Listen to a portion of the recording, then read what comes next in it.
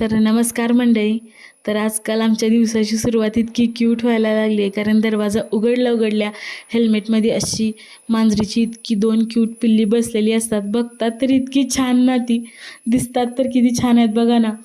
तर त्यांना बहुतेक हेल्मेटमध्ये ऊब मिळत असेल म्हणून बसतात, कारण इतका मोठा पाऊस चालू असतोय दररोज, त्यांना बसायला जागाच मिळत नसेल आणि थंडी पण वाजत असेल, त्यामुळेच बसत असतील. तर इतका मोठा पाऊस येतोय ना रोज.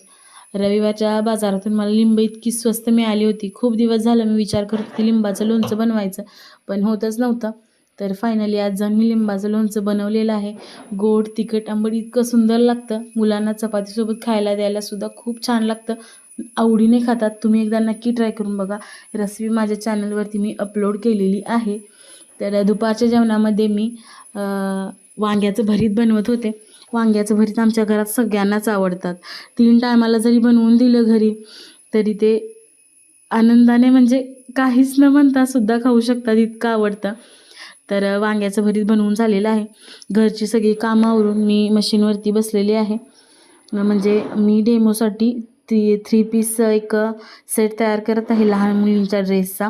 म्हणजे आत ब्लाऊज, वरून जॅकेट आणि खाली स्कर्ट, असा मी 3 पीस एक सेट तयार करत आहे डेमोसाठी.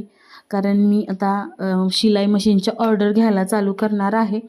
सगळ्या मोठ्या मुलींपासून लहान आणि मोठ्या मुलींचे सर्वांचेच मी ड्रेस घेणार आहे. तर अर्धा माझा शिवून झालेला होता. एक साईडची बाही राहिली होती, तोपर्यंत अर्जंट काम आलं. नंतर 4 वाजता स्वीट कॉर्न भाजायला घेतले होते चहासोबत खायला.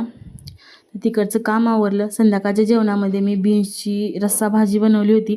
मला बीन्स, पावटा, घेवड्याच्या रस्सा भाज्या खूपच आवडतात. तर नंतर संध्याकाळचं जेवण वगैरे आवरून परत त्या 3 पीसमधला खालचा स्कर्ट बनवायला घेतला होता. तर किती जरी काम असलं तरी थोडा तरी वेळ आपल्या एखाद्या कलेसाठी नक्की काढा. खूप छान वाटतं. तर अशाच माझ्या नवनवीन छान व्हिडिओसाठी माझ्या चॅनलला सबस्क्राईब नक्की करा. थँक्यू. बाय.